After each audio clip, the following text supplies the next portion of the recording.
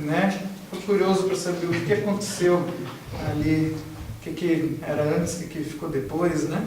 E teremos então como nosso palestrante, teremos a honra de ouvir o nosso diretor de ensino e pesquisa, né? Professor Wellington Augusto Gomes. Ele é escritor de um blog, w.augustogomes, e ele é biólogo e ele também é autor de vários artigos para o blog Criacionismo, né, do Michelson Borges, né? Então, teremos agora a oportunidade ilustre de aprendermos então sobre o Criador com o professor W. Augusto. Não mais ilustre que você, né? Boa tarde, povo. Então, primeiramente, né, quero agradecer você que veio aqui participar conosco de toda essa série que a gente teve. Lembrando que aqueles que participaram, 75% então da série vão receber certificado.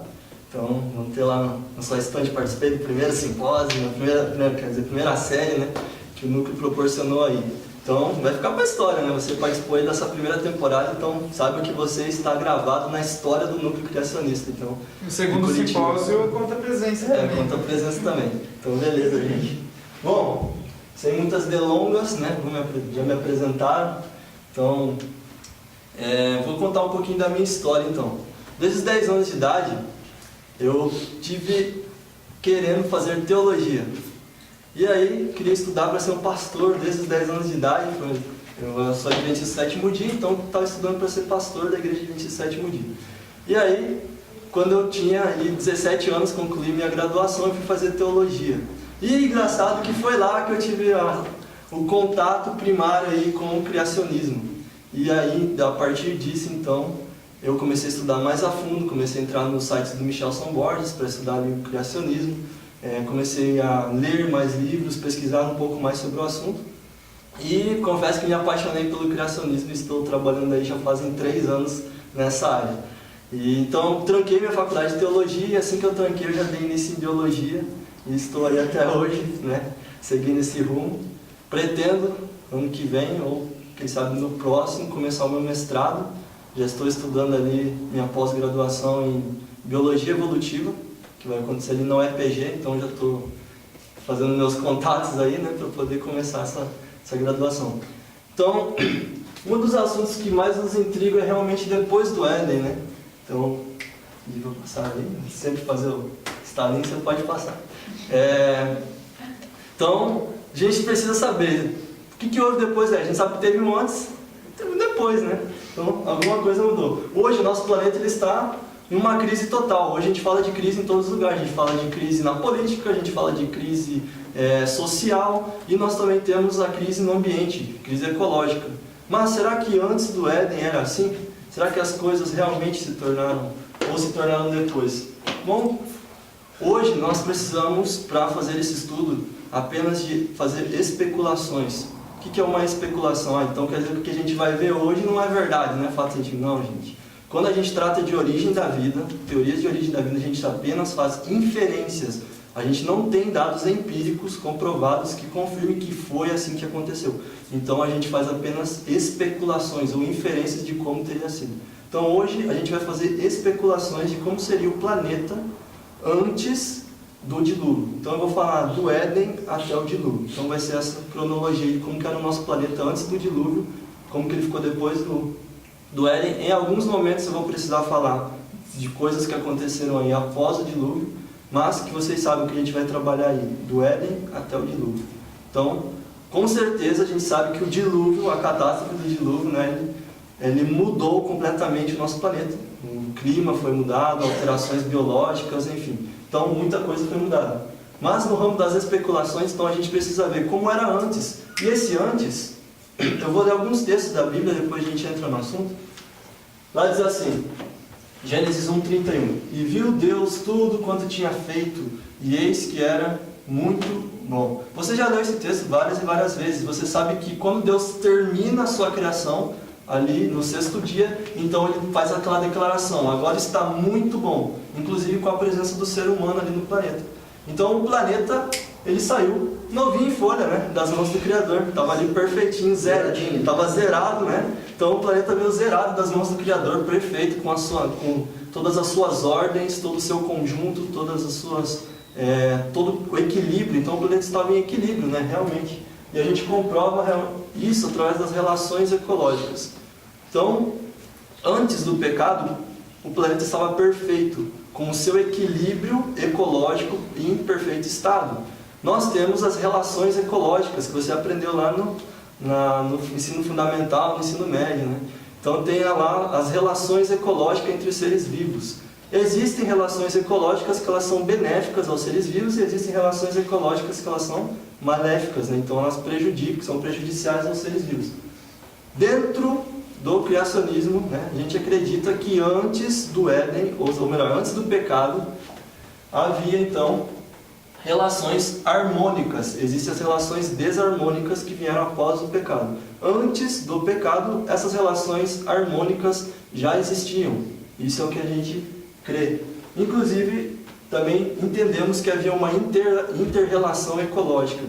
Uma inter-relação ecológica seria, hoje existem estudos que comprovam que o planeta, todo o seu meio ambiente, ele é um sistema interdependente. O que é você ser interdependente? Um depende do outro. Então existe um sistema interdependente. Por exemplo, se nós desaparecêssemos do planeta, os seres humanos, isso afetaria gravemente o restante do meio ambiente, através da flora e a fauna então, desse planeta.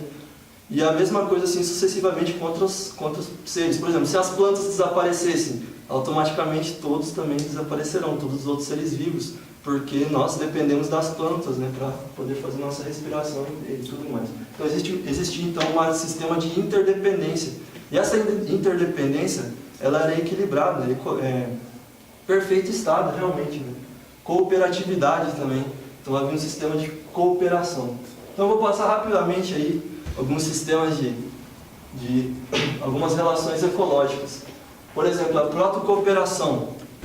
Aqui nós temos, a protocooperação, ela seria, então, um ser vivo, né? Eles estão ali, um cooperando com o outro, mas se você retirar, se um ser vivo dessa relação, ele continua sobrevivendo, não uma simbiose. Uma simbiose é quando os dois, eles são totalmente dependentes, que se você tirá-lo, então ele nunca mais, esse ser vivo vai afetar assim, a relação deles e a vida, né? A continuidade deles. A protocooperação não. Então esses ser vivos, eles se auxiliam, mas se eles estiverem vivendo individualmente também, eles conseguem sobreviver então. Então nós temos aqui o caso mais famoso, né, o mais usado pelos biólogos, que é o jacaré, ali, o crocodilo. Então ele permite que o pássaro palito, o nome desse pássaro é palito, então ele limpe toda a dentadura ali do crocodilo. Então ele faz a limpeza ali, né, limpa os parasitas e os restos de alimentos que sobram ali. Em contrapartida, o pássaro ganha ali, né, além de ganhar alimento, também ganha segurança e proteção. Né? Tem casos também com os bovinos, alguns casos também de mutualismo. Olha só, polinizadores e flores, né? Então, caso raro, caso de mutualismo aí, bem exemplificado, em que as flores elas dependem dos polinizadores para se dispersar. Então esse mutualismo já existia. E, em contrapartida, as abelhas também conseguem retirar os nutrientes, né, através da polinização. Os ruminantes, eles são casos existe um caso de mutualismo também entre os ruminantes, os bovinos. Então, nós sabemos que os bovinos, os ruminantes, dizem que eles têm 4 estômagos. Na verdade, eles têm um estômago só com 4 câmaras dentro. Então faz esse processo de regurgitação e tal. Então na 4ª câmara do estômago dos bovinos ali, então existe fungos que permitem que seja feita a quebra então, dos vegetais. Por exemplo, vegetais têm celulose. O organismo do bovino, por si só, não conseguiria quebrar celulose. Mas com a ajuda desses fungos, que estão ali nas câmaras, então, do intestino da vaca, ela consegue, então, quebrar a celulose. Isso faz com que ela consiga comer então, um vegetal. Isso acontece com outros animais também, tranquilamente. Comensalismo, né? No caso, comensalismo, então, ele seria o quê? Uma espécie se beneficia da outra. mas essa outra não é prejudicada. Só uma espécie se beneficia. A gente tem o caso do mutualismo, onde as duas se beneficiam. Mas nesse caso aqui do comensalismo, apenas uma espécie se beneficia. É o caso raro, o caso ali do peixe-palhaço, né? Ele vive na anêmona, a anêmona confere proteção para ele, então ele está sendo beneficiado por isso, mas a anêmona não recebe nenhum benefício, né? Então só abriga ali. Então é um caso de comensalismo, onde apenas um ser vivo se beneficia. Então esse planeta, antes do dilúvio, ele era um planeta perfeito. Tinha ali suas condições em equilíbrio, suas cooperações, havia ordem no planeta. Então era um planeta, uma inter-relação ecológica, um planeta em perfeito estado. Mas eis que algo acontece, né? Que é a entrada do pecado. E aqui, como o caso, né, da batida de um carro, eu vou fazer uma analogia aqui. Por exemplo, se eu fizer a pergunta para você, eu dirijo, né, desrespeitando todas as leis de trânsito.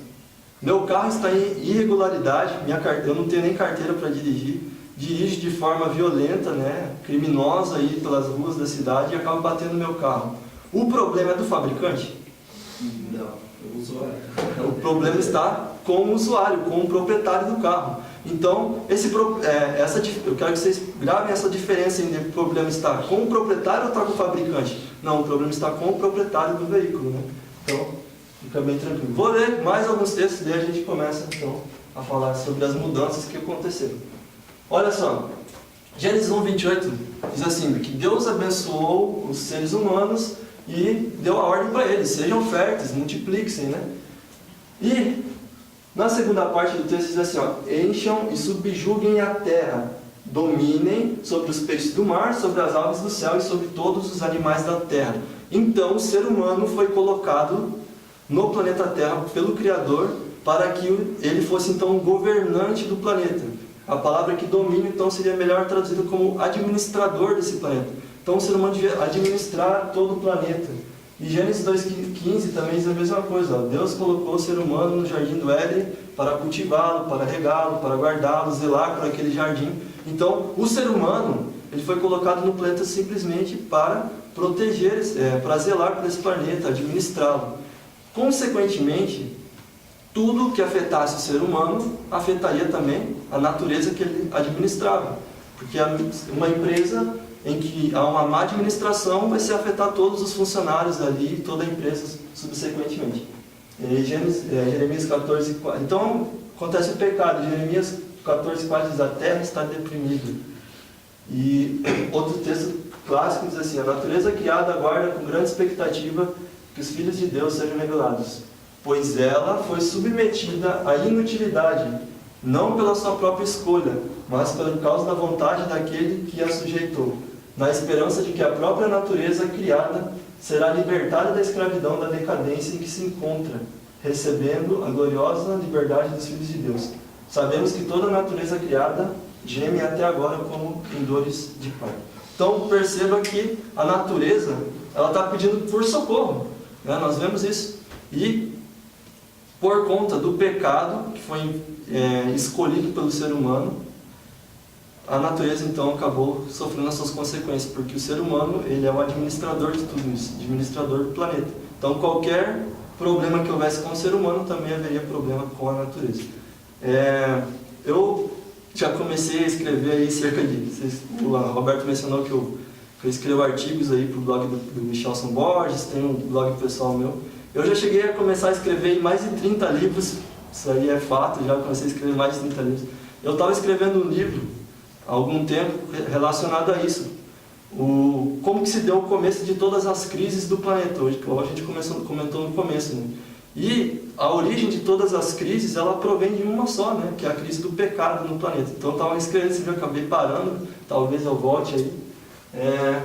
E como eu usei muita coisa do que eu estava usando para os meus estudos para fazer então essa palestra. Antes disso, a gente precisa mencionar algumas coisas aí. O que nós concordamos como criacionistas nos modelos então relacionados à origem da vida, evolução, etc. Então, existem algumas questões aí que a gente concorda. Por exemplo, a seleção natural. Charles Darwin, ele foi o propagador aí da seleção natural, né? De que a evolução aconteceu através da seleção natural, com o tempo passou e as espécies se diversificaram. Então nós concordamos com a seleção natural, com o mecanismo evolutivo. Tá, mas então a gente está concordando que acontece realmente a evolução das espécies? Sim. Que tipo de espécie? A gente tem, até um certo momento, diversificação de baixo nível. Esse tema, ou melhor, esse conceito de diversificação de baixo nível, você pode ter escutado ele já como microevolução. Então, microevolução, ela tem, então, aí até as mudanças, a sua mutação ali, a diversificação das espécies, a evolução das espécies, até o nível de família. Então, a gente tem espécie, gênero, né? E aí tem a família. Então, até o nível de família, a gente consegue aceitar então uma variação de espécies. Inclusive, há dados científicos que comprovam isso. Então, nós concordamos com isso. O que a gente não concorda? A gente não concorda, por exemplo, que um nível de ordem tenha se diversificado, tenha evoluído. Por exemplo, um peixe tenha se tornado um lagarto, um réptil aí, que acabou se tornando um mamífero em seguida. Então, isso a gente não concorda mesmo.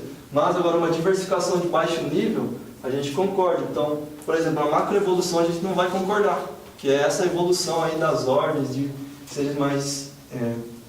uma evolução maior, assim, mais complexa.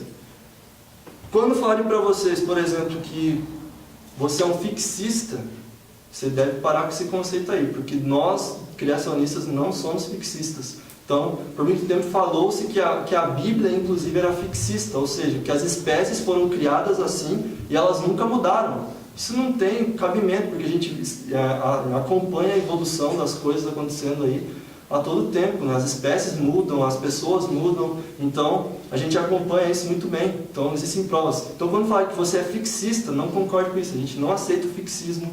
Não, você não é fixista não, fica tranquilo. Mas eles afirmam que a Bíblia é fixista. Inclusive a Bíblia, ela menciona aí espécies que foram adaptadas pelo próprio Deus. A gente vai ver em Gênesis 3,14, onde diz que Deus adaptou a vida daquela serpente a uma circunstância rastejante, ou seja, Deus mesmo estava adaptando, mudando a vida daquela serpente de alguma forma, e que a gente vai ver depois, né?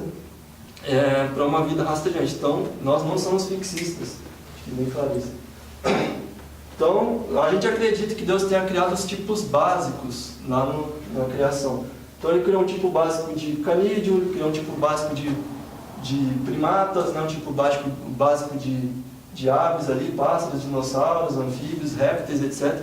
E que esses tipos básicos, então, eles acabaram se diversificando, se evoluindo, até porque a Bíblia diz, crescer e multiplicar. Então, era a ordem de Deus. A ordem de Deus era, não sejam fixistas, se multipliquem realmente, evoluam, cresçam, variem as espécies, porque é essa ordem que eu tenho dado para vocês. Então, a gente acredita em formas de arbustos, né? Então, a partir de um tipo básico, de canídeo, evoluíram então todos os restantes de cães que a gente conhece, lobos, etc.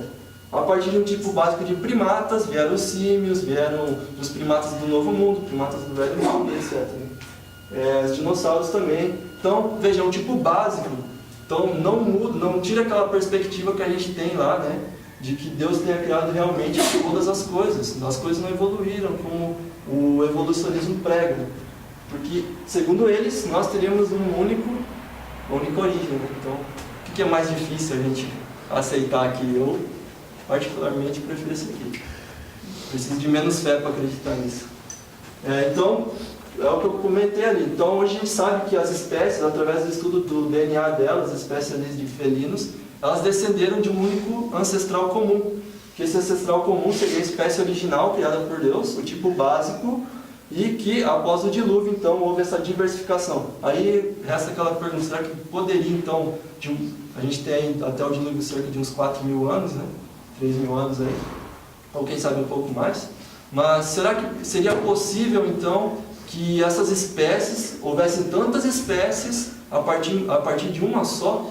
Em tão pouco tempo é possível sim, existe a especiação rápida. Eu não vou comentar muito por isso, mas eu vou recomendar você ler o artigo da Origem em Revista. Origem em Revista é um artigo escrito pelo Everton Alves. Ele fala sobre baraminologia. Então, se você entrar lá, você vai ver que é possível sim haver uma especiação rápida. Então, tipo básico, né? Ancestral comum das borboletas, diversificando, e a gente tem várias e várias espécies de borboletas a partir de um único ancestral. Mas e depois, né?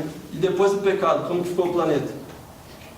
Então a gente tinha ordem, harmonia, equilíbrio, conjunto, e depois a gente tem o quê? Tem desordem, tem desarmonia, tem desequilíbrio ecológico, tem individualismo. Então antes a natureza trabalhava em conjunto, agora a natureza não, vai trabalhar de forma individual. Antes havia equilíbrio ecológico, agora vai haver desequilíbrio ecológico, principalmente por influências do ser humano, né, em ações e diferenças climáticas. Então, o que mudou? Antes a gente tinha a saúde, né? E agora a gente tem as doenças aí atingindo a gente. Então, segundo a Organização Mundial da Saúde, saúde é o completo bem-estar físico, mental, social e eu acrescentei ali espiritual. Então, quando a gente tem todas essas faculdades aí em harmonia, né? A gente então tem saúde. E de acordo com o dicionário, saúde é o estado do indivíduo cujas funções orgânicas, físicas e mentais se acham em situação normal. Então o dicionário fala que quando você está numa situação normal do seu corpo, ou seja, todas as suas funções estão desempenhando ali tranquilamente, então você está saudável, você tem saúde. Saúde é o resultado do equilíbrio dinâmico entre o indivíduo e seu meio ambiente. E, segundo a Organização Mundial da Saúde, a doença então seria um desajustamento, né, ou vários desses mecanismos então, do organismo. Então quando você está com tudo isso em perfeito estado, todos os seus funcionamentos, né, as suas funções ali se apresentando de maneira correta, então você está com saúde. Quando há um distúrbio dessas funções, seja em qualquer parte, você então estaria doente, então, distúrbio de funções. Então a gente tem aqui um sistema urinário em seu perfeito funcionamento, né? Então todo esse sistema trabalhando em conjunto aí, então se tiver tudo perfeito, tudo ali ajustado, né? Se tiver o rim funcionando direitinho, a glândula suprarrenal produzindo os hormônios necessários, né? O uréter, a bexiga funcionando tranquilo, então você está saudável, porque todos esses mecanismos aí estão trabalhando perfeitamente. A partir do momento que há uma falha em qualquer um desses mecanismos aqui, a gente vai ter então alguns problemas aí, como insuficiência renal, né? Insuficiência renal aguda, crônica, enfim. Então, a doença seria basicamente isso. Então, ela partiu após o pecado, né? O ser humano se tornou doente após o pecado por mutações deletérias, realmente, no nosso DNA. Surge, então, a competição. Animais entram em competição, individualismo, né? Começam a batalhar contra si. Por espaço, começam a disputar por fêmeas, né? Também existem as disputas. Competição intraespecífica, interespecífica também. Então a gente tem esses animais em competição. Um caso clássico das relações desarmônicas, então, é o predatismo, que inicia-se então após o pecado. Então as espécies começam a predar umas às outras, começam a se aniquilar ali realmente, né? Matar. Então, e uma das características para você ser considerado um predador, no caso dos mamíferos, seria apresentar garras e dentes afiados, então caninos, enfim. Então, seria uma das características para você ser um predador considerado aí. Só que existem alguns animais que apresentam caninos, né, apresentam dentes feitos para matar, ou melhor dizer, feitos para dilacerar a carne dos outros animais, mas na verdade não são. Então, se a gente pensar, o panda, né, ele tem ali os dentes afiados, os caninos bem pontiagudos ali, que se qualquer mordida, né, em qualquer pessoa ou qualquer animal poderia dilacerar ali, mas na verdade não. Ele prefere comer o bambuzinho dele ali, bem tranquilo. Então, nem sempre o fato de você ter presa significa que você é carnívoro, né? Então eu vou mostrar isso mais pra frente também, você fala. Garras. A preguiça. A preguiça apresenta garras, mas ela é herbívoro também, né? É um animal herbívoro. Então, vou falar um pouco mais sobre isso depois, tá? Sobre as garras e os vários tipos de garras que a gente tem, para vocês poderem entender melhor depois. Então, no predatismo, olha só que interessante. Desde 2010, 2009 para cá, estudando um crânio de um crocodilo que viveu no passado, né? Viveu antes do dilúvio, estudando então esse crocodilo e analisando o crânio dele, eles descobriram que esse crocodilo, na verdade, ele era bem diferente aos habituais, né, aos crocodilos modernos que a gente tem hoje. Mas eles descobriram que esse crocodilo era herbívoro, então ele se alimentava de plantas. Diferentemente de tudo que já imaginou, né? Imagina que crocodilo é herbívoro, mas realmente. E não estava sozinho aqui não. Eles começaram a analisar mais e encontraram outras espécies aí, por exemplo, Simosuchus clark, né? Então, era também um réptil herbívoro, era um crocodilo herbívoro. Mas não se surpreenda não, que a gente não precisa ir tão longe no tempo para descobrir isso não. Olha aqui, lá no Zimbábue, numa fazenda, onde eles criam crocodilos ali, acredite ou se quiser, eles tratam os crocodilos simplesmente com farinha de milho. Então, eles tratam os crocodilos com farinha de milho e água, e é uma dieta que, inclusive, afirmam os pesquisadores lá, né, que faz bem para a pele do crocodilo. Eu não cheguei a estudar por que o motivo, né, mas tudo bem. Mas faz bem para a pele do crocodilo. E lá no templo, na Índia, tem um templo, onde existe lá um crocodilo também, que ele é tratado com arroz, com bolo de arroz e açúcar mascavo. Então, o crocodilo até hoje não recorreu até as leis do IBAMA, tá tranquilo com isso aí, ninguém falou nada, né? Tá de boa lá, bem tranquilo, e por enquanto o tratador dele continua com os dois braços no lugar. Então já faz uma relação aí de 60 anos já, que os dois estão assim, mas o crocodilo é herbívoro. E olha só, aranhas. Isso aqui é uma papa... Não. Poderia ser uma papa-mosca, né? Parecida. Na verdade, não. Está mais para papa-pólen essa aqui, né? É uma baguera Kipling. Ela não se alimenta, ela não é carnívora. Ela é uma aranha que se alimenta de pólen. Se quiser ver os artigos, eu vou disponibilizar para vocês depois, tá, gente? Então, eu vou mandar todos os artigos de toda a minha pesquisa, vocês podem analisar por si só. Então, é uma aranha que ela se alimenta do pólen. Ela não faz polinização, inclusive isso é um artigo, esse artigo faz seleção. Não faz polinização, mas ela se alimenta do pólen. Parasitismo surgiu então após o pecado, né? Então a gente tem doenças, né, terríveis aí atacando a gente por causa de parasitas, né? São os piores tipos de doenças, geralmente vêm dos parasitas, depois dos vírus. Então a gente tem plantas que são parasitas, temos casos aqui de artrópodes, né? Então, carrapato, piolho, pulga, protozoários. Então, vários e vários seres vivos se tornaram parasitas após o pecado. Alguns desses parasitas, eles têm um ciclo completo, ou seja, eles são hospedeiros definitivos. Hospedeiros definitivos, não, desculpa, perdão. Então, a vida inteira deles, eles precisam ser parasitas, eles precisam parasitar. É o caso aqui clássico do Plasmodium, né?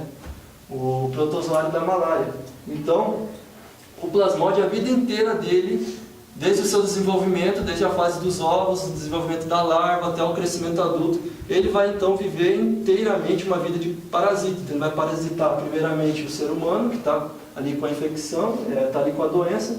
Então, ele vem, pica o hospedeiro, né, o ser humano, adquire então as formas, os ovos, o primeiro mosquito, transfere para o outro ser humano, aí vem outro mosquito, que é o segundo vetor, pica esse ser humano, e daí esse mosquito vai adquirir a forma infectante, e por fim a forma infectante então é levada ao hospedeiro final, que é o hospedeiro definitivo. A vida inteira dele então ele vai ser parasita. É um ciclo meio bem dificultoso, mas a vida dos parasitas ela é bem complicado, né, você pensar nisso. Então, a toxoplasmose, também a toxoplasma, ele vai viver a vida inteira dele também como parasita. Entretanto, a gente tem alguns protozoários, alguns parasitas, em que eles não são parasitas obrigatórios, ou a vida inteira deles como parasitas. A gente tem alguns parasitas que eles, por exemplo, os ovos são dispersados ali no ambiente e só se tornam parasitas posteriormente, né? Então, são casos aí de hemiparasitas. E a maioria dos protozoários, eles são de vida livre. Então, eles vivem em ambiente aquático. É possível que os protozoários anteriores, que eu mostrei para vocês, que são parasitas, tenham evoluído, né? Tenham se diversificado a partir de protozoários de vida livre, tranquilamente. Inclusive, é isso que os evolucionistas falam, Que o parasitismo ele partiu de protozoários que eram de vida livre, que se diversificaram, que de alguma forma, ao entrar numa célula, começaram a gostar daquele ambiente ali da célula e se tornaram parasitas. Então, os protozoários de vida livre seriam os ancestrais, então, desses protozoários que trazem doenças, assim também como plantas, assim também como outras coisas. Canibalismo. Então, algumas espécies chegam a comer, né, ou se alimentar de outras da mesma espécie, né, é o caso de canibalismo. Está aqui a bandida, né, a viúva negra, que mata seu próprio esposo. Mas olha só que curioso, lá em 2009, se eu não me engano, ou 2015, acho que foi 2015, um fotógrafo ele registrou esse momento em que um urso macho estava devorando seu próprio filhote. Aí, aquilo chamou muita atenção, porque isso já vem acontecendo desde 1950, que ursos polares estejam então se tornando canibais ali naquela região. Isso chamou muita atenção do pessoal. E estudando, fazendo pesquisas daquilo, descobriram que o motivo é porque os ursos eles se alimentam das focas, é o alimento preferido deles. Então, com o aquecimento global, as focas elas saem por aqueles buracos que você via lá no Pica-Pau, lembra aqueles buracos lá que se fazia no gelo? Então as focas elas saíam ali para tomar sol ou ficavam encostadas ali naquelas calotas polares flutuantes ali, né? Então isso dava oportunidade para que o urso fosse se alimentar das focas e conseguir fazer o seu banquete. Entretanto, com o aquecimento global, o espaço para as focas, né, terem ali contato com o sol e tomarem sol, aumentou o nível de água. E com o aquecimento global, então, diminuiu esse espaço para o urso. Isso faz com que essa pressão seletiva, esse animal se tornou, então, um canibal. É especulação, lembra? É possível que realmente, né, antes do dilúvio, quem sabe o canibalismo não fosse existente, não sabemos. Inclusive as aranhas, né, elas se diversificaram após o dilúvio, a gente sabe disso, né? Várias espécies. Então será que o canibalismo existiu antes do dilúvio? Não sabemos, não temos isso comprovado. Nós podemos fazer uma especulação que após o dilúvio, com mudanças climáticas, né, o aquecimento do planeta, falta de, quem sabe, falta de alimentos para alguns animais, tornaram-nos, então, canibais. Não é impossível isso. Então depois do Éden e depois do dilúvio em si, nós tivemos então variações climáticas no nosso planeta. Essa é a Antártida de hoje, né, que a gente conhece. Chega aí a ter vários quilômetros de gelo, né, calotas polares. E é um ambiente onde espécies, né, teriam se adaptado para viver naquele tipo de ambiente. Mas olha como é que era a Antártida antes do dilúvio. Bem diferente do que a gente conhece hoje, né? Então, como que a gente sabe que a Antártida era assim? Como é que você pode me dizer que era assim? Então, desde 1915 são encontrados então fósseis de plantas que pertencem a um clima tropical. Então a Antártida tinha um clima ameno antes do dilúvio. Ela tinha ali presença, por exemplo, de samambaias de até 15 metros de altura. Pensa, samambaias de até 15 metros de altura. Muita coisa. Para que isso? Porque ali também haviam dinossauros que comeriam essas samambaias, né? Veriam ali vários dinossauros herbívoros se alimentando e altos, gigantes, né, para poder se alimentar. Inclusive fósseis foram encontrados de dinossauros na Antártida. E são encontrados. Eles perfuram camadas de até 30 metros só para encontrar fósseis. Então eles encontraram arbustos tipo faia. O arbusto tipo faia, ele dá em climas que também são temperados. Então encontrar esses arbustos ali na Antártida só significava que ali tinha um clima ameno. E um artigo, acho que é esse aqui, se eu não me engano, apresenta que o clima ali, a temperatura variava, mas não saía da média de 21 graus. Então, a Antártida tinha essa característica no passado. Foi encontrado também baobás. Esses aqui são baobás do Madagascar. Mas lá na Antártida tinha uma espécie de baobás. Isso aqui também dá em climas temperados. E de vários e vários dinossauros que foram encontrados ali. Então, a Antártida, antes do dilúvio, ela realmente era tropical, não havia então gelo antes do dilúvio. E os fósseis foram encontrados, samambaias, né? As florestas aí. Tá, a gente estava lá no frio, vamos pro calor, vamos lá pro deserto do Saara. Hoje o deserto do Saara é conhecido como um dos lugares mais áridos do planeta, um dos lugares mais quentes e inóspitos para a vida acontecer. Então, espécies que moram aí são espécies que realmente se adequaram, se adaptaram para viver nesses tipos de ambiente. Mas como que era o deserto do Saara antes? Então, essa é a faixa aí, né, que cobre todo o deserto do Saara, todo o norte da África aí, então, é coberto por um deserto. Esse estudo aqui de 2016 demonstra que abaixo do... na verdade isso aqui é real, né? Abaixo do Saara, do deserto do Saara, a gente tem essa cinturão verde que é chamada o Sahel. Então, logo abaixo de um deserto, a gente tem um cinturão verde. E esse cinturão verde, a vegetação impede que aconteça a desertificação ali desse cinturão verde, então desse Sahel. E o Sahel, então, ele vai desde a Mauritânia, aí, chegando ali para a Etiópia, né, Sudão, enfim. Então, esse estudo demonstrou, através de achados de fósseis, através de achados de fósseis, inclusive de pólen, né? Fósseis de pólen, realmente, geralmente, eles demonstram como era o clima no passado. Então, encontrando esses fósseis de pólen, da paleontologia, eles descobriram que o deserto do Saara ele se apresentava mais ou menos como era o Sahel hoje, né? O Sahel atualmente. Então, um lugar com árvores ali, né? Uma vegetação de clima tropical mesmo. Entretanto, um estudo foi além. Vocês conhecem lá as savanas, né? Então, as savanas, elas têm esse aspecto aqui. Esse estudo de 2008 falava que o deserto do Saara ele se assemelharia melhor com o Serengeti, que vive ali que é ali da Tanzânia. Então o Serengeti ele apresenta ali uma megafauna, animais grandes, então apresenta rinocerontes, apresenta elefantes, girafas e inclusive uma vegetação toda de um clima ali, né, subtropical, etc.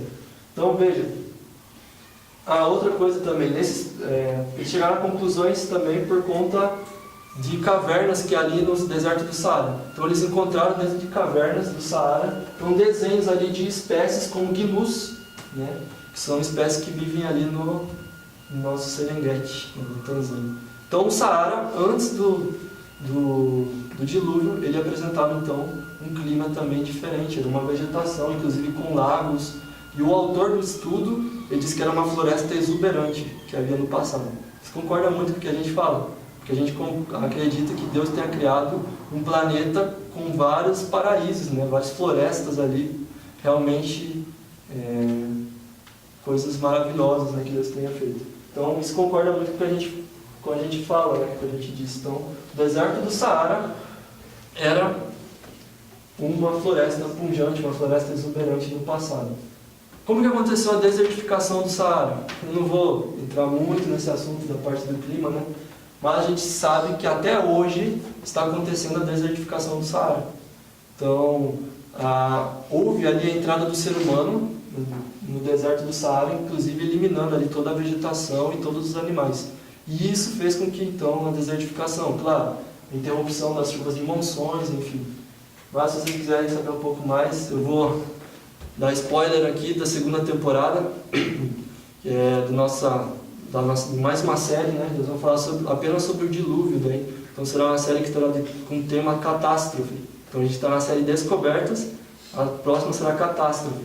Então será apenas sobre o dilúvio. Inclusive, Erlon Costa estará aí palestrando para a gente 2 vezes, quase doutor em geologia. Então estará aí disposto a nos ajudar. Então essa desertificação do Saara, ela aconteceu principalmente pela ação humana, então a ação antrópica aí. Então os humanos entrando no Saara e desertificando. No Tocantins, a gente tem ali um encontro entre o Cerrado e a Caatinga. Então a gente tem as árvores tortuosas do Cerrado se encontrando ali com os cactos da Caatinga. Então, principalmente ali na cidade de Filadélfia, onde foi encontrado uma floresta de dava ali cerca de 32 mil campos de futebol de floresta petrificada. E essa floresta petrificada ela era bem diferente ao tipo de vegetação que há hoje ali, né? Então, esse tipo de vegetação que foi encontrado lá, principalmente de samambaias gigantes, samambaiaçus, que chegariam a ter quase 15 metros de altura e tal. Então, a floresta petrificada de Tocantins, antes tinha também uma vegetação bem exuberante ali, né, um clima tropical, inclusive pinheiros e outros tipos de árvores. A Caatinga, a famosa Caatinga, né? Em 2011, um estudo descobriu, através de uma análise ali em cavernas também, eles conseguiram prever não, né? Eles conseguiram ver, né, ou observar que no passado havia uma conexão entre a Amazônia e a Mata Atlântica. Então havia ali uma conexão. Inclusive, isso explicou os motivos pelos quais o bioma da Amazônia e da Mata Atlântica eles são bem parecidos, né? Então, aqui nessa região aqui de cima havia uma conexão, foi o que eles descobriram, que conectava então a Mata Atlântica até a bacia, até ali ao bioma amazônico. Essa conexão então permitia que houvesse um intercâmbio das espécies ali, então as espécies, por isso que os biomas eles são bem parecidos, então há espécies que são muito parecidas, né? Tanto na Mata Atlântica quanto na Amazônia. E essa descoberta foi recente, 2011, né? Que a Caatinga então, antes, ela também apresentava ali um clima diferente do que apresenta hoje. E que se apresentaria mais ou menos como um cerrado, né? Um pouco diferente, um pouco melhor que isso, talvez. Uma dúvida que muitas pessoas têm. Será que antes do dilúvio havia apenas um continente? Né? Então, eu vou recomendar a leitura de um artigo, né, da Origem Revista também. Você vai pesquisar lá, tem um artigo do Everton Fernando Alves que fala um pouco melhor sobre isso. Então a gente aceita realmente que houve um único continente e que isso, de forma alguma, contraria a nossa perspectiva criacionista, de forma alguma.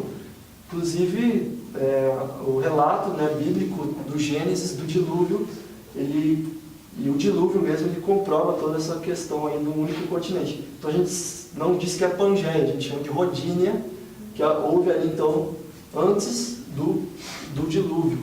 Essa Rodínia, ela teria então se separado, os continentes teriam se separados através da deriva continental, das placas tectônicas, no momento do dilúvio.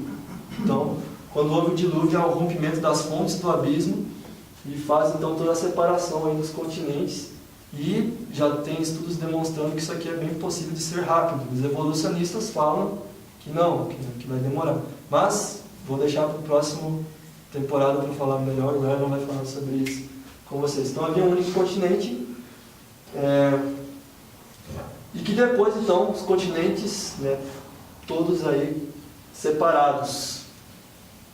Nós vimos no último episódio, quem estava aqui lembra, que as cadeias nas cordilheiras ali do Ararat, elas se localizam na Turquia. Nós sabemos que todo o planeta foi coberto por água e que as espécies teriam morrido, né? Como que lá da Turquia um único tipo, né, uma única espécie teria diversificado e conseguido chegar então a todos esses ambientes, principalmente como que veio parar aqui nas Américas, como que foi parar na Austrália, como que se deu. Então, isso aqui faz parte de uns estudos que eu faço, tá? Eu pesquiso um pouco mais sobre biogeografia. Eu vou compartilhar um pouco de vocês e mostrar que é possível sim que haja então essa dispersão. Eu vou recomendar aqui, quem quiser ler livros, todos que falem sobre uma breve história da humanidade, esse aqui é fantástico, fala sobre dispersão. Então, ou uma breve história do homem, ou qualquer livro de biogeografia, ele vai falar como que se deu então essa dispersão aí para todos os continentes. E isso aqui, esse fato da dispersão, essa dúvida, ela inclusive permeia os evolucionistas. Eles também têm dificuldades para responder como que as espécies foram parar em ambientes assim. Você pensar uma ilha, como que uma espécie foi chegar numa ilha? Então, como, né? Mas a gente tem as respostas. Todo mundo conhece o Estreito de Bering? Então, o Estreito de Bering seria o local de maior aproximação entre a Ásia e a América do Norte. Então, é o Estreito de Bering, é o lugar mais próximo. Esses dois continentes eles não se conectam atualmente, mas o Estreito de Bering então permite é o local mais próximo entre os dois então. Mas no passado, ou melhor, depois do dilúvio, houve uma idade do gelo. Então houve uma era do gelo realmente. A gente concorda também com a teoria da era do gelo. E que, vocês lembram lá, quem leu a Bíblia vai ver que após o dilúvio, a Bíblia diz que há o escoamento das águas, ou seja, as águas baixaram-se as águas. Eu não lembro qual é o texto, Gênesis 8, alguma coisa. Então as águas baixam. Então o nível do mar ele baixou, o nível que a gente tem hoje não é o mesmo que tinha lá. E houve então calotas de gelo, né, glaciações, né, aconteceram no nosso planeta, e fez com que então vários locais ficassem unidos. É o caso então da Sibéria e do Alasca, ou onde hoje a gente conhece como Estreito de Bering. Antigamente havia então a Beríngia. A Beríngia, ela permitiu a conexão entre a Ásia e a América do Norte. Isso permitiu então que as espécies, os animais, os seres vivos, inclusive seres humanos, partissem da Ásia para as Américas. Mas por que eles fariam isso, será? E tantas espécies teriam vindo para cá? O clima aqui na Sibéria, ele realmente ficou bem mais frio, mais gelado. E isso fez com que essas espécies, então, elas migrassem. É o que acontece hoje, né? Nós temos espécies que elas migram do Polo Norte para o Polo Sul, né? No inverno. E isso aconteceu aqui também. Então, as espécies, elas migraram, os animais, os seres vivos, migraram, então, para as Américas aí. E o Estreito da Beríngia, então, quando houve o aquecimento do planeta, quando o planeta começou a superaquecer, as calotas polares, então, que estavam aqui, elas baixaram, né? E então houve quedas aí de calotas polares que cobriram então toda essa região, e hoje a gente tem então só o Estreito de Bering ali. Mas antes eram conectados. Isso aqui, se você for ver, for ver esse livro, se for ver qualquer artigo, será mostrado uma perspectiva evolucionista também, tranquilamente. Nós apenas pegamos para nós, né? O que eles falam. Então, e a América do Sul? Como é que foi povoada? Como é que houve essa dispersão? Através do Istmo do Panamá. Então, o Istmo do Panamá faz conexão ali, né, entre a América do Norte e a América Central com a nossa América do Sul. E através do Istmo do Paraná, então, houve inclusive... Você pode voltar um slide? Houve inclusive um intercâmbio. Você querendo fazer intercâmbio para os Estados Unidos, né, para a América do Norte, os animais já faziam antes. Então eles faziam intercâmbio, eles ficavam viajando da América do Norte para a América do Sul, da América do Sul para a América do Norte. Então houve esse intercâmbio aí, através do Istmo do Panamá. Então por isso a gente tem espécies muito parecidas nessas regiões. Outro caso, eu vou pular ali o Estreito de Dover, que ligavam as Ilhas Britânicas, então as Ilhas Britânicas e a França aqui. Então havia aqui um canal, ou melhor, uma ponte filtrante que ligava esses dois locais. Isso também permitiu a povoação ali das Ilhas Britânicas. A Austrália, né, as ilhas oceânicas. Então, por exemplo, havia dois continentes aí, Sunda-Saru, depois do dilúvio. Então, esses dois continentes, aqui está Sunda, aqui está Saru, permitiram então que as espécies também conseguissem vir ali da Ásia, né, da China, passar pelas Filipinas e tal, e dispersarem pela Nova Guiné, Austrália, enfim. Então, isso aqui eram pontes filtrantes, inclusive permitiu aí a passagem dos marsupiais, né?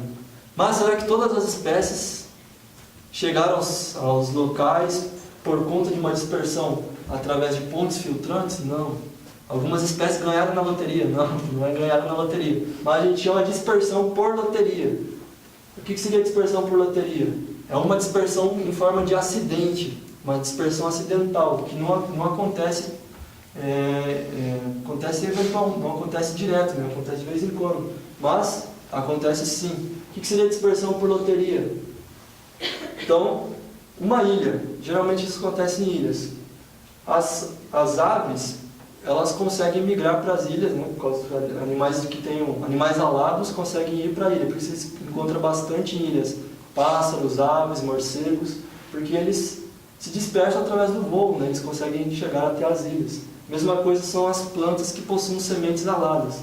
E mesmo os pássaros, eles conseguem carregar as sementes das plantas através, né, do seu sistema digestório. Eles carregam, então, lançam as excretas lá na ilha, então fazem aí a dispersão das sementes, isso provocando então o surgimento das florestas que há nas ilhas.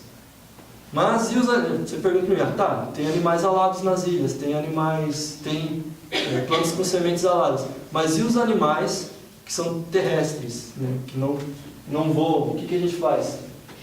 Eles se dispersaram através de jangadas improvisadas. Como é que é? Construir uma jangada? Não. Eles se dispersaram através de jangadas que eram ali troncos de árvores, galhos, enfim. Você lembra que eu falei que havia uma idade do gelo? Houve o aquecimento do planeta e essas calotas polares, então, elas começaram a derreter e cair. Isso acontece hoje, a gente olhar na Antártida. Então, essas calotas polares, ao derreterem, caírem, provocaram ali grandes inundações nas regiões. E essas inundações, então, fizeram com que animais pudessem, então, chegar até lá através de troncos de árvores e grandes vegetações. Inclusive, estava lendo ontem ainda, que houve uma tempestade, eles falam uma tempestade que houve ali na região da Mauritânia, fica ali na África. Essa tempestade, ela arrastou e transformou aquilo numa ilha realmente flutuante, um tapete de vegetação. Então, esse tapete de vegetação ele flutuou até a terra de Madagascar. Isso aí é um artigo que está falando, então, um artigo científico, comprovado. Então, esse tapete de flutuação carregou, inclusive, árvores em pé. Então, veja como é possível. Eles falaram que era uma tempestade, né? Então, a gente traduz isso de outra forma. Mas, conseguiu, então, chegar a essa dispersão das coisas. Anfíbios também se dispersaram através disso, né? Olha que curioso, Madagascar. Estava falando de Madagascar agora há pouco. Essa cena aqui do filme, ela foi muito curiosa, porque não há animais, não há uma megafauna lá em Madagascar. A gente tem animais pequenos, mamíferos pequenos, o lêmure. Esse estudo comprova que os lêmures só puderam chegar em Madagascar através de jangadas improvisadas, através de galhos ou troncos de árvores ali. Foram levados através de uma tempestade, então eles não queriam ir para lá, mas a tempestade levou eles para lá e eles acabaram povoando a região de Madagascar. Aí você me pergunta, será que isso é possível, né? E em tão pouco tempo a gente consegue ter uma ilha, né? Ali com toda a sua biodiversidade? É possível sim. Em 1883 havia a ilha de Krakatoa. Essas 4 ilhas que vocês estão vendo aqui nesse arquipélago, na verdade, até o dia 26 de agosto faziam parte de uma ilha só. E olha o que aconteceu, lá teve vulcanismos, então o vulcão entrou em erupção, causando então o afastamento dessas ilhas. Em menos de 50 anos, houve ali, então as lavas cobriram toda a ilha, né? Não restou nenhum tipo de vida lá. E aqui perto tem as ilhas de Sumatra e tem o nome da outra ilha que eu acabei esquecendo agora. Mas, em menos de 50 anos, houve a dispersão ali de sementes, de aves, chegando até as ilhas, e em 50 anos já essas ilhas já estavam totalmente povoadas, com vegetação cobrindo tudo ali. Então, em 50 anos. Então, se você pensar, é possível sim que em tão pouco tempo a gente consiga fazer isso. Então, a megafauna, vou pular essa parte ali, né? Mas no passado houve uma megafauna aqui no nosso planeta. Pode passar. Então a gente tinha aí uma preguiça gigante, uma megatéria, né? Chegava aí a ter quase 5 metros de altura. Pensa, muito grande.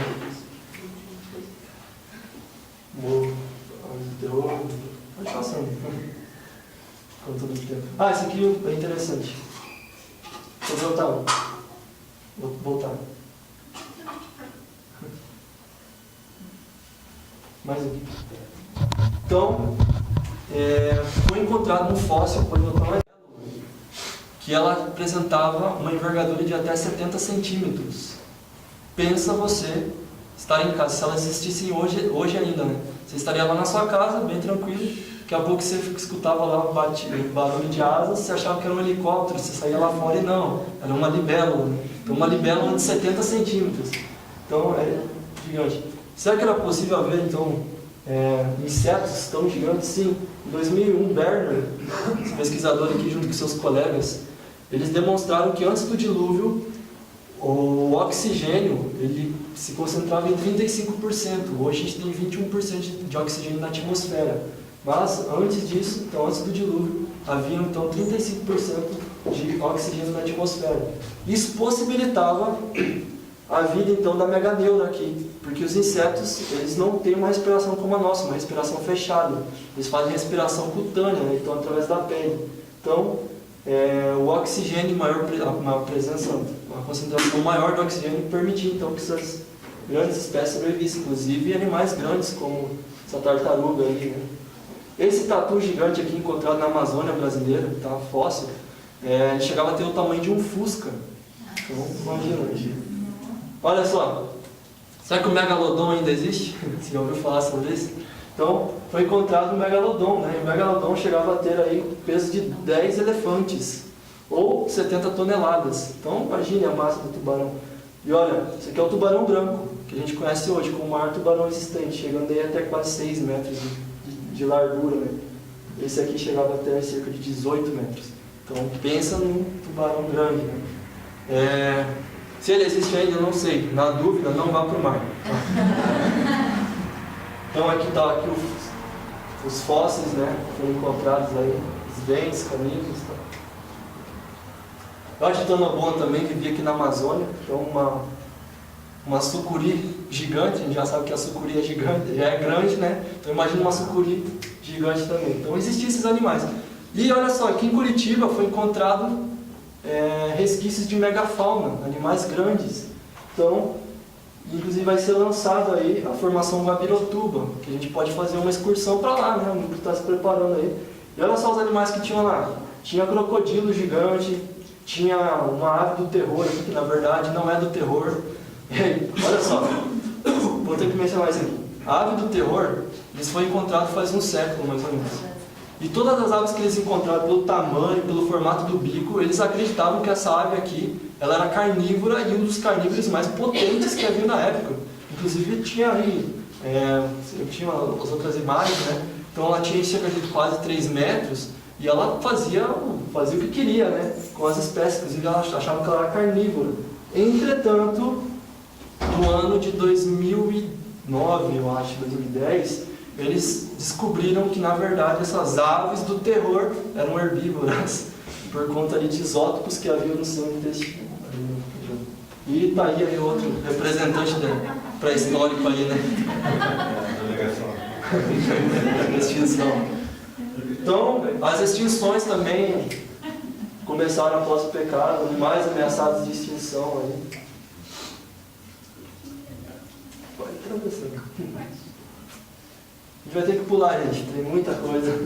Quero falar sobre os temas mais. Tem que falar, não posso deixar de falar. Isso aqui é curioso. Há 900 anos atrás, houve a povoação da Nova Zelândia pela tribo dos Maoris. As tribos dos Maoris, assim que eles entraram na ilha, eles acabaram com toda a megafauna que havia ali. Então eles começaram a fazer caças predatórias. Eliminaram dali, então, mamutes, eliminaram dali vários animais. Inclusive, eliminaram 60% das espécies. E tinha uma espécie que chamava moa gigante, que era semelhante ao nosso avestruz de hoje, só que multiplica isso umas 2 vezes. Então era a moa gigante. Então, o ser humano aí. Mamutes que haviam aqui no Brasil foram encontrados bastante. Sobre mamutes, leia um artigo do Alexandre, tá? Fala sobre elefantes e homens. Se você pesquisar lá no Google vai aparecer já, lá no 11 de Gênesis, sobre elefantes e homens. Então, causas de extinção. Boa parte das extinções ocorreram no dilúvio, mas nem todas elas. Por exemplo, as megafaunas hoje elas estão ameaçadas. A megafauna ali da África, então os leões, rinocerontes, girafas, é possível que daqui uns 10 anos a gente já não tenha mais leões aqui no nosso planeta, porque elas estão sendo ameaçadas. Então, o ser humano ele teve um papel muito importante nesse desequilíbrio ecológico. Lembra lá que o ser humano foi colocado no planeta para ser o administrador? Então, a mesma forma como ele deveria administrar positivamente, ele também poderia, né, administrar de uma forma negativa. E foi isso que aconteceu. Então, boa parte de animais foram dispersos por conta do ser humano ou do dilúvio. Então, ou variações climáticas. Mecanismos de defesa. Então, eis que surgem as garras, eis que surgem os músculos, cada um se defende como pode, os pequenos criam armas químicas. Mas, será que todo animal com garra é feroz? Olha só, as garras, elas nem sempre servem só para dilacerar, elas também servem para outras coisas.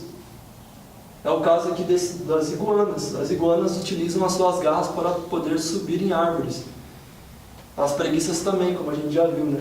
Os tatus usam as suas garras então para cavar buracos, e as papagaios também utilizam a garra ali para se empoleirar, é o nome da palavra, então para ficar presa ali nas hastes de madeira. A minha área de pesquisa se varia muito nisso aqui. Então eu fiquei 1 ano estagiando no Laboratório de Biotecnologia da Federal, em 2016, e onde ali eu estudava peçonhas e como que através desses venenos a gente consegue transformar isso em medicamentos. Então eu desenvolvi alguns estudos ali. E um deles que eu mais foquei assim era a origem e evolução dos venenos, e tem vários artigos que tentam discutir de onde que surgiu os venenos. Os venenos dos animais, eles vêm de propriedades farmacológicas deles, né? De enzimas, proteínas, águas. Então essa mistura toda, carboidratos, né, compostos inorgânicos como zinco, então se constitui o veneno. O veneno, ele é por que a gente diz que é coquetel de toxinas, porque não é uma toxina só. Então dentro de um veneno só a gente pode ter várias toxinas. É o caso da cascavel ali. Então a cascavel, ela tem 5 toxinas no seu veneno. Então os venenos da peçonha, né, surgiram aí depois. Isso aqui me chamou muita atenção. Nós classificamos as serpentes em 4 grupos. Então tem as serpentes de acordo com o seu tipo de dentição. Então tem as serpentes de estilo áglifa, que não tem um mecanismo, um dente, né, canino presente, ou seja, capaz de inocular veneno. Esse tipo de dentição aqui é presente ali nas jiboias e sucuris. Então essas serpentes aqui, as áglifas, elas matam por constrição. Então elas não matam através do envenenamento, né? Mas, então vem as opistóglifas. As opistóglifas, elas já apresentam um dente aqui atrás, e com uma ranhura. Presta atenção nisso aqui, é uma ranhura no canino. Essa ranhura permite então a liberação dessa toxina através da sua glândula. Depois vem as pteróglifas, com outro tipo de ranhura aqui, ó, pode ver que o canal ele não se fecha. Então aqui a gente tem uma ranhura, que a gente já tem um canal, só que não fechado. E aqui a gente chega até as solenóglifas. As solenóglifas apresentam um tubo, ou seja, um canal fechado por onde o veneno vai passar, que na hora que a serpente pica, então esse veneno então é disperso ali na vítima, né? O curioso disso aqui é que se você pegar esse artigo aqui, ó, a evolução das serpentes de 1997, pegar qualquer artigo, ele vai falar que a evolução das serpentes, o ancestral comum entre elas, partiu de uma classe áglifa, de um boíde, né, de uma boa, uma jiboia, etc. Então, era um tipo de serpente que não tinha uma dentição especializada para inocular veneno. E que a partir disso, então, foi evoluindo, surgiu então o primeiro canino com uma ranhura, depois vem o canino com um canal, mas não fechado, e por fim a gente chega até as serpentes com canal fechado e mais derivadas, ou seja, mais evoluídas. A gente não fala evoluídas, mas fala mais derivadas. Então, por exemplo, a cascavel, a jararaca, seriam todas derivadas de um ancestral áglifa, de um ancestral que não possuía glândulas de peçonha, inclusive. Então, aqui está, né, a dentição solenóglifa apresentada pelas serpentes mais desenvolvidas, mais derivadas. E aí está aquilo que eu falei para vocês já. Então, a gente sabe, de acordo com esse artigo, né, de 1997, desde aí a gente sabe que as serpentes evoluíram, as serpentes mais derivadas teriam evoluído de um ancestral áglifa, né, um ancestral de uma jiboia. Será que isso é possível? Essa transformação dessa dentição? Sim. Em 2010 foi encontrado um réptil, não é uma serpente, mas era um réptil venenoso que existiu antes do dilúvio. Esse réptil venenoso, ele apresentava o gênero Watchtodon, né? Então o Watchtodon, ele apresentava um tipo de dentição um tanto estranha ou diferente. Então cada espécie apresentava uma dentição diferente e seguia a evolução. Então a primeira espécie, ou seja, a mais derivada que eles encontraram, ou mais antiga, podemos dizer assim, na linguagem deles, né, apresentava apenas uma ranhura. Aí foi coletando novos crânios, novas mandíbulas, né, e foi encontrado aí a ranhura se aumentando na próxima espécie, e de uma espécie para outra, então, foi criando já um canal. E esse canal, até chegar na espécie mais derivada, que é a Schneider aqui, né, apresentava já um tubo fechado, como as solenógrafas. E provou que a evolução do canal, ó, então, de ranhuras a tubos fechados. Então, provou que a evolução do veneno ele partiu, a evolução ali dos dentes, né, dos caninos da serpente, partiu de forma aí progressiva. Então, dá para a gente acreditar que nas serpentes também tem acontecido dessa maneira, sim, que a partir de um momento, uma serpente começou a ter ranhuras, né, através de mutações, e essas ranhuras foram aumentando até ter um canal fechado e chegar às serpentes mais derivadas, que são as solenógrafas. Espinhos. Havia espinhos antes do pecado? Então, olha que Gênesis 3:18 diz: Ele lhe dará espinhos e ervas daninhas. A gente sabe que os espinhos, eles são adaptações foliares das plantas, por dois motivos. Existe também uma forma de defesa da planta. Então, quando vem ali os animais para consumi-la, então essa planta, ela adaptou as suas folhas no formato de espinhos, para poder se defender. Então, uma das formas seria a defesa.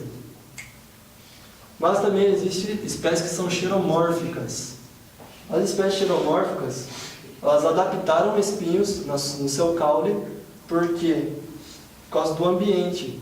Então, pelo ambiente ser muito seco, e ela precisa reter bastante água, como é o caso dos cactos aqui, então eles adaptaram a sua folha a espinhos. E esses espinhos, então, diminuem a área de superfície, porque as plantas elas transpiram bastante. Então, para esse cacto ter bastante água, guardar a água consigo e não perder, né, por qualquer coisa, então ele adaptou os seus espinhos, as suas folhas para espinhos.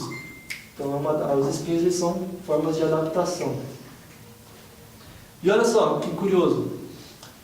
Aí, estudando a evolução dos cactos, o cacto mais antigo, ou o cacto ancestral comum dos cactos, ele teria uma aparência assim, bem diferente do que você conhece hoje, né? Então, esse aqui é do gênero Pereschia. Isso parece mais uma rosa, né, do que um cacto de fato. Mas já é comprovado que esse aqui era um ancestral dos cactos. Então, os cactos teriam essa apresentação, essa configuração. Curioso, não? Hematofagia, então, né? Espécies começaram a consumir sangue. Não vou me adentrar muito nisso agora, né? Por conta do tempo. A gente, por exemplo, a gente tem o caso dos morcegos, né? Eles se alimentam de frutas, a grande maioria, enquanto a gente tem os morcegos hematófagos. Então, não é possível que um morcego teria vindo, então, de uma dieta frugívora, se transformar numa dieta hematófaga? É possível. Longevidade humana, né? Vou deixar esse assunto aqui para a gente debater num tempo só, tá ok? Mas, a gente sabe disso. O que houve com as serpentes? E aí, Gênesis 3,14, a gente está terminando já, pessoal. Gênesis 3,14 diz assim, que o Senhor, então, declarou a serpente uma maldição a ela. Uma vez que você fez isso, maldiz sobre o seu ventre você rastejará. E aí? Será que como que eram as serpentes antes disso, então? Dá dúvida na cabeça, né? Serpente falava, tinha asas, né? Olha que curioso, em 2015, recentemente foi encontrado um fóssil de uma serpente que apresentava patas. Isso aqui é dado científico, foi encontrado. Então, ela apresentava tanto patas traseiras quanto patas dianteiras na sua anatomia, né? Então, era uma serpente com patas. Olha que curioso. Então, a serpente do Éden, ela apresentava patas. Então, a primeira serpente apresentou patas, então, conforme mutações foram acontecendo, né, o tempo foi passando, seleção natural, ela acabou perdendo as suas patas. E, para comprovar isso que eu estou falando para vocês, né, além do artigo, que já comprova tudo, as jiboias, elas apresentam um começo, um resquício do que seria a sua pata. Antes, né, há muito tempo atrás, que as jiboias apresentariam as suas patas. Isso aqui é chamado de cloaca. Ali próximo à cloaca, então, da jiboia, teria esse começo de patas. As jiboias apresentam, então, inclusive fêmur, que são ossos, né, da perna. Morte antes do pecado? Havia morte antes do pecado? E os vegetais? Isso aí bate na nossa mente terrivelmente, né? Será que havia morte antes do pecado? A Bíblia diz que a morte passou após o pecado. Mas agora, a gente vem para Gênesis, e onde Deus deixou para o ser humano, para todos os animais, inclusive os carnívoros, se alimentarem de vegetais. Então havia morte antes do pecado? Se você olhar o texto de Gênesis capítulo 1, você vai ver qual é o conceito de ser vivo, segundo Deus. Então Deus ele tem o seu conceito de ser vivo. Nós temos o nosso conceito de ser vivo. Hoje é muito discutido o que é um ser vivo. A gente não tem essa definição corretamente. Se você for entrar lá na biologia e perguntar o que é a vida, ninguém sabe responder. A gente tem vários e vários conceitos aí. A gente tem umas ideias do que seria a vida. Mas, para Deus, quando você pega o relato bíblico lá, quando está criando as plantas, ele não menciona assim, apareçam os seres vivos, plantas agora, para povoar o ambiente. Não. Ele fala, então, apenas apareçam as plantas.